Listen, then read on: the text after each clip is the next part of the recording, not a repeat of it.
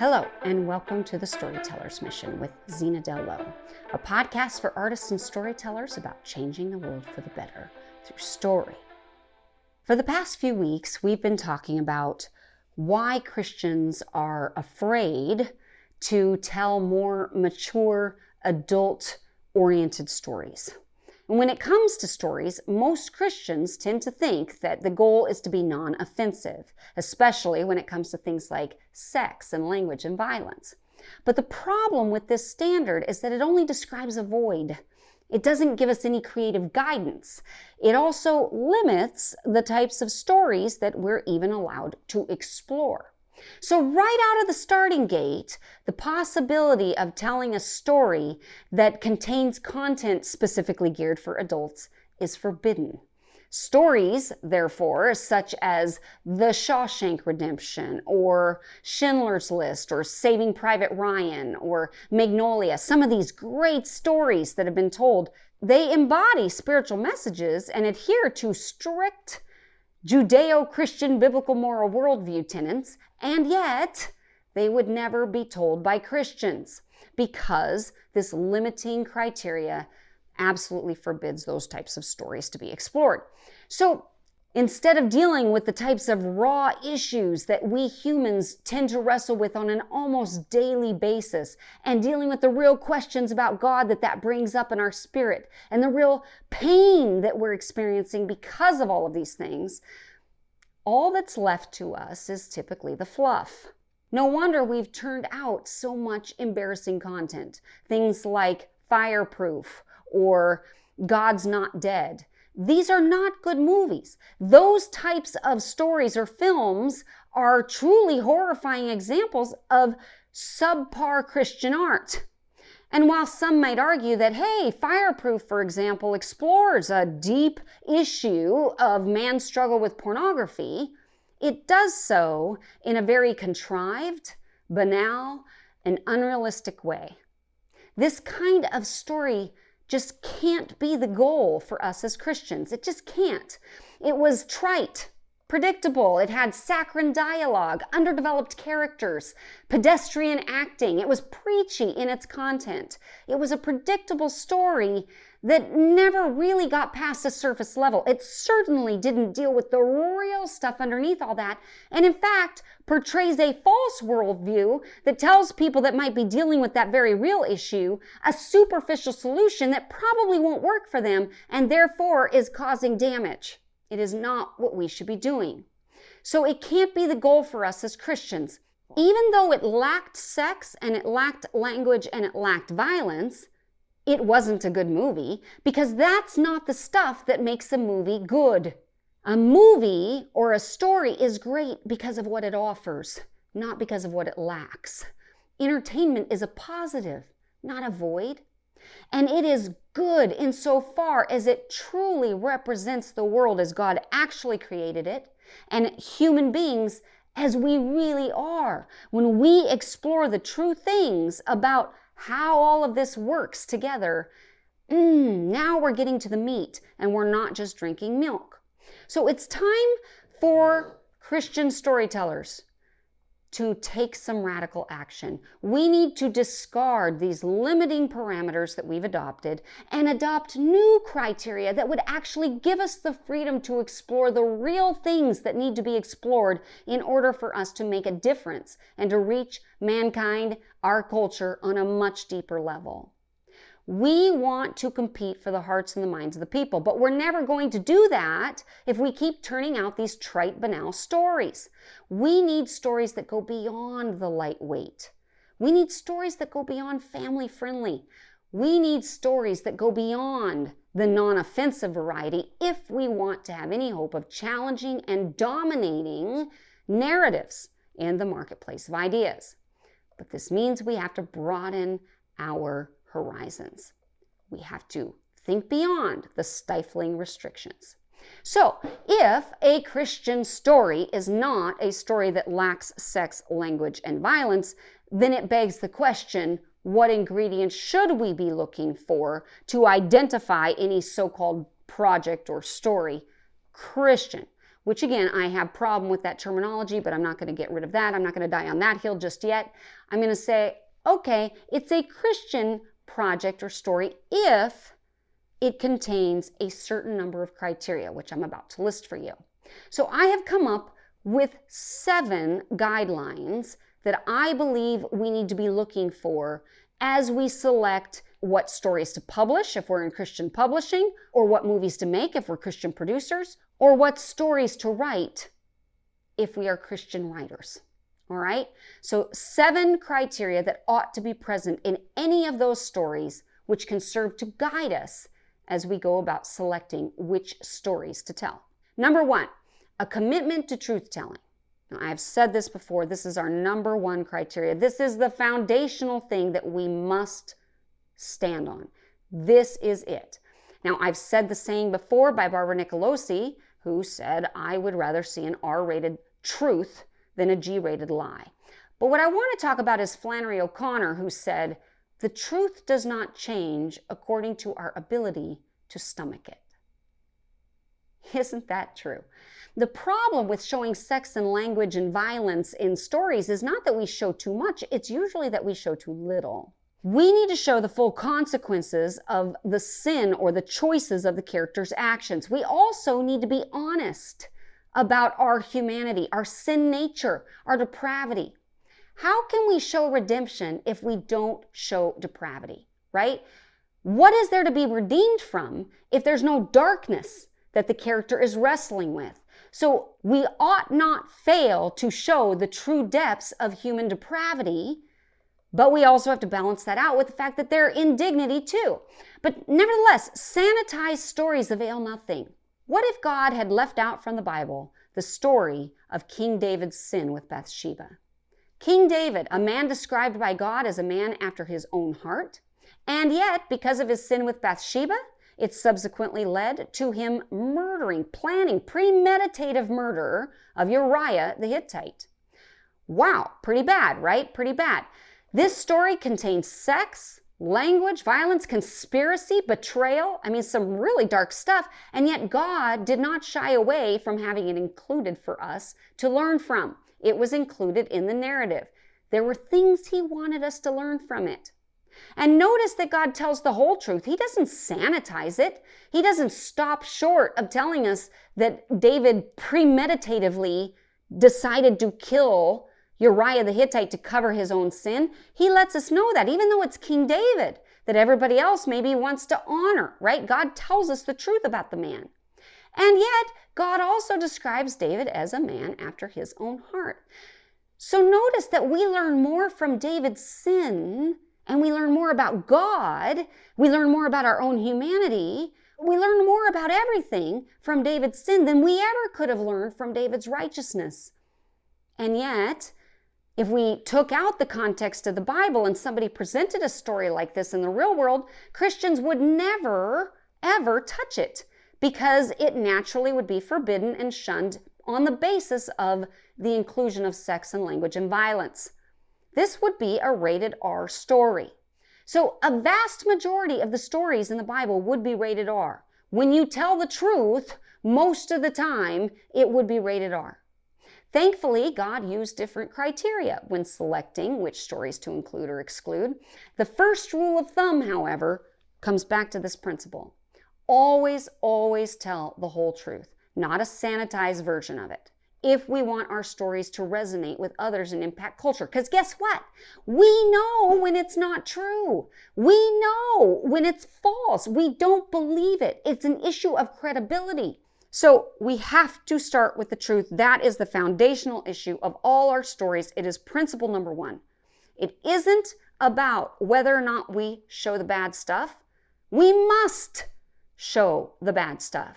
The question then becomes how to show the bad stuff in such a way that it doesn't violate or harm our reader or our audience. Which leads me to number 2. We need to execute our stories in a way that doesn't harm our reader or our audience. Frank Sheed once wrote, "The secular novelist sees what is visible. The Christian novelist sees what is there." What does that even mean? Well, let me tell you what I think it means. Again, we already know that we must tell the truth, the whole truth about our character, his world, his choices, all those things, or we won't be succeeding in affecting the audience towards real change because we won't believe it, it won't ring true, it won't therefore resonate with our hearts. However, in telling the truth, I believe we must be more creative than secular storytellers because we are morally obligated to protect our audience from harm, and therefore we must find ways to tell the truth that don't violate our viewers. But also, not only do we have to be more creative, but we also have to be more in tuned theologically and psychologically with the truth, because we can inadvertently violate a biblical moral worldview if we're not really careful with what we're actually conveying.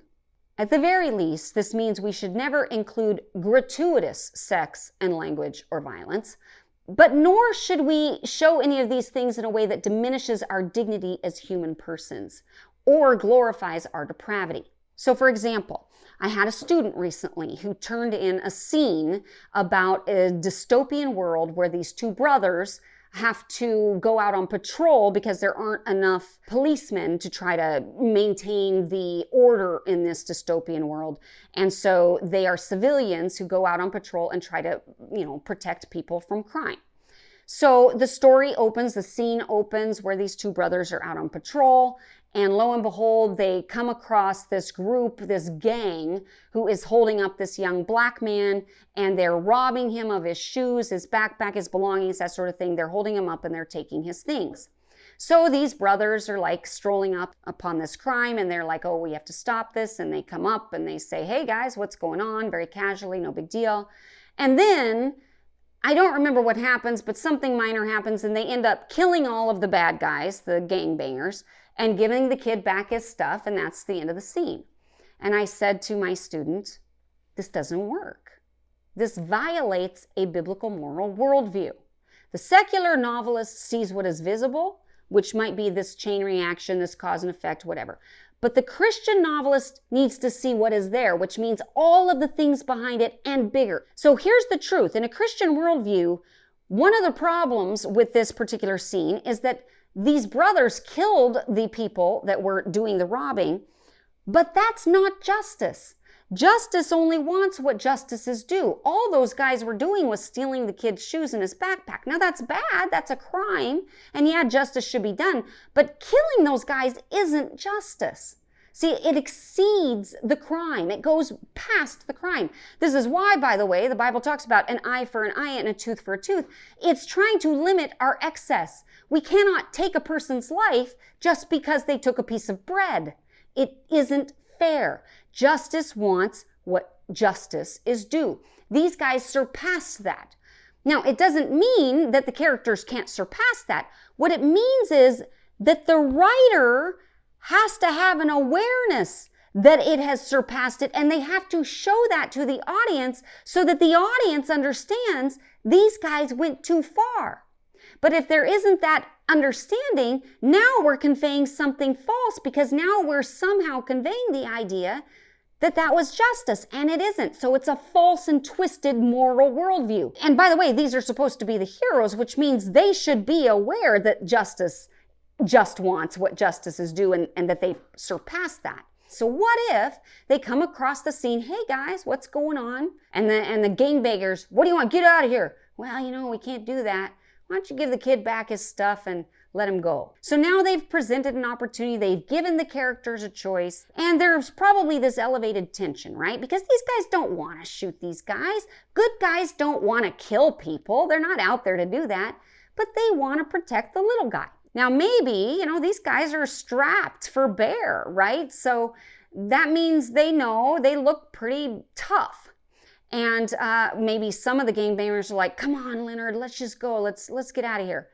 But maybe it's Leonard's pride that flares up. I'm not letting these two tell me what to do. This is my territory. You guys get out of here and you'll keep your lives.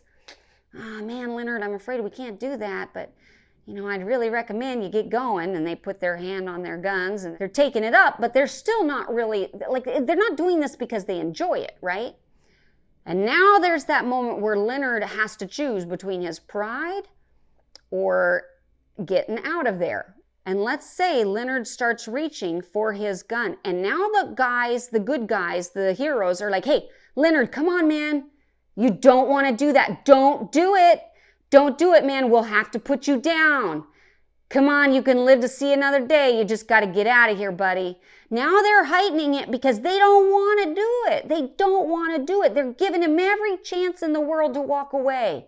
And Leonard's hesitating. And maybe one of Leonard's guys, his own crew, is like, come on, man, let's just get out of here. And Leonard finally snaps, no, these guys are mine. And now he takes out a gun and he points it at the good guys. And of course, now the good guys have to shoot him. And then the rest of the crew, then they get out their guns. And so the next thing you know, the brothers have to take them all down. And the next thing you know, they're surrounded by 6 dead bodies. Well, now they have to respond appropriately to that. They just took 6 lives. They know it's unjust. They know it's unfair. They didn't want to do it. Probably the appropriate response is something like, God damn it! No! Shit! That is appropriate. Anything less than some sort of huge outburst in the face of that heinous outcome is a lie. Even though they were trying to do the right thing, they've just taken lives, and there is a cost. A Christian novelist or writer sees what is actually there, which means it is bigger. It can't just be casually dealt with. It can't just be lighthearted that they just killed some people. You have to feel the full weight of it. Now, maybe even later in this story, you're going to show an evolution of the progression of this kind of weight on someone's soul, right? So you get to a point in the story where the character doesn't feel anything anymore. He's kind of become a psychopath. He can just kill without any repercussions. But see, the point is, you as the writer have now shown us a world. That's not how it should be. So when that character gets to that point, we know it's because of the cost. It's too heavy for him to carry. And what he's done is he's had to kill pieces of himself along the way until he's less than human now.